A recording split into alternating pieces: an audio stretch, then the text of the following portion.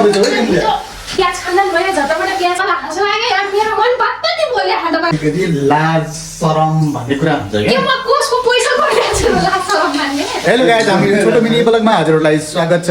आजको ब्लग पनि बिहान 9 बजेदेखि सुरुवात गर्दैछु। सिधा भन्ने यतातिर उठेर यहाँ खाना बनाउँदैछिन्। खाना के बनाउँदैछु यता भन्दैौ न। खाना के न मसुराको दाल खान्दान मुङ्गी धुरी दाल र अरलको दाल मिक्स गरेर दाल बनाइदिएछु।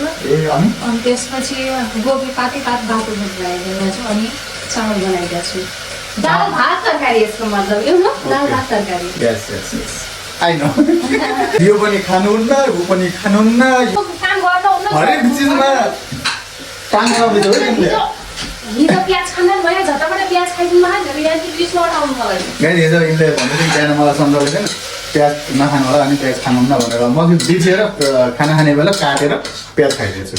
जिन्दगीमा मैले भने मानेको हुन्छ त अनि मैले भने सुनेको हुन्छ त म त को हो र के कान्छी भन्नुहुन्छ जेठी त मैले भने सुन्नुला मैले भनेको के सुन्नुला उगालो नसुन्नु भयो नसम्झ हो तँलाई हाँसो लाग्यो यार मेरो मन पत्तै बोले तपाईँ हाँसो लाग्यो हाँसो लाग्ने कुरा गरेको त हाँसो लागिहाल्छ नि।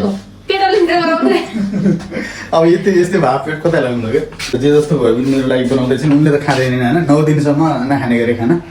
अनि गाह्रो छ 9 दिनसम्म नखाएपछि कसरी हुने हो। सब भइहाल्छ के दुब्लो पातो होइन हड्डी मात्रै छैन भन्छ हो म हट्टा साँझ फेरि मैले गरिदिन्छु फेरि पूजा। म त अस्ति बाल्य थिएन पो हो तपाईँलाई बालिदिनु न भने अच्छा फेरि त मैले पूजा गरेर ल्याएको थिएँ र बिहान गरे तिमीले पूजा। अरे अवश्य बिर्से हेर्दै के हुँदा के हुँदा याददास्त कमजोर भइया छ क्या मेरो। साँझ त्यो सन्जे बत्ती पारेर के हुँदा त्यो त बत्ती पनि पाल्थ्यो मैले। हुन्छ म माया अलिकति लाज शरम भन्ने कुरा हुन्छ के क्या। म कोसको पैसा गरिरहेको छु लाज शरम मान्ने यहाँ भिडियो बनाइरहेको छु। म नामै छु र कस्तो कुरा गर्नुहुन्छ लाज मैले के भनेको छु लाग्छ भनेन कि मेरो माया भनेर यस्तो गर्नु भन्ने नि मेरो माया भनेर यस्तो गर्न पाइन्न फेरि कमेन्टमा भन्छ यो कसै नआउने दुईजना के अन्त भन्नुहुन्छ के भयो त्यही भएर हो क्या। आजकल त सामाजिक सञ्जालमा सानो कुराहरूमा नोटिस गरेर हाल्छन् मान्छेले थाहा छैन कि। के भयो त के हामीले गलत के गरेका छौँ ए भगवान् यो दिनदिनै मैले ल्याउनु पर्ने गरिपत्ता। ओके गाइज, आज भने घाम बल्ल लाग्यो धेरै दिन पछाडि होइन। अनि यो करिपत्ता पनि कति दिन लगेर जाने हो भित्र, गाह्रोको विषय छ। करिपत्ता नहालेर मिठो हुँदैन भनेर भन्छ नि। अब यतातिर हाम्रो करेला फलेको छ कि छैन ल चाहिँ यस्तै टक्क लाएर ठुलो भइगयो चाहिँ छाङ करेलाको। अब फल्ने खुर्सानी नि फुल्दैछ फुल्का फुल्का। अनि डर लाग्यो होइन। मैले चाहिँ यो के भन्छ अरे पत्ता कोपीलाई हाफ बोइल गरिदियो भनेको छु। किन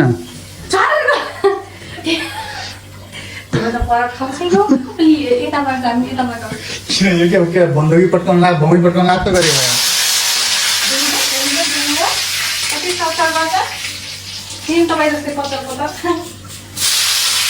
पत्र नभन्दा बढी पत्र त तिमीले गर्छौ। ओके गाइज, हामीहरूले खानापिना बनायो अनि चाहिँ सफाइ पनि गऱ्यो अनि चाहिँ नुहाइ गऱ्यो अनि फेरि पूजाआजा पनि गऱ्यो, यता बत्ती पनि बाल्यो होइन। अनि सीताले टक्क लगाएर मलाई टिका पनि लगाइदिनु। सीता काजी भने यतातिर चाहिँ अनि सीता काजीको आजको पूजा चाहिँ भइसक्यो। अब चाहिँ हामी खाना खानेछौँ गाइज होइन। म खाना खानेछु। किन तिमी खान्न र म किन खाना खान्न र के कुरा गर्छौ।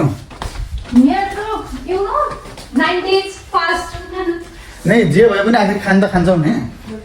खाना अनाज पो खानु होला तर खाना त खान्छौ नि तिमीले पनि। गाइज म भने अहिले मार्केट आएको थिएँ, सीता पनि गइहाल्यो। पहिला भिडियो बनाउनु पर्ला भने त बिर्सिहालेको छु। अब मार्केट केही काम थियो लग्नु पर्थ्यो, त्यही भएर यतातिर मार्केटतिर आएको थिएँ। अनि त्यो गाइज आजको यो छोटो मिठो मिनी ब्लग यहीँ एन्ड गर्छु। हजुरलाई के कस्तो लाग्छ जस्तो लाग्छ त्यस्तो प्रतिक्रिया दिनु भन्दा पनि मलाई मन्त्र लाइक कमेन्ट सेयर सब्सक्राइब गरिदिनु होला। आजको लागि ओके बाइ।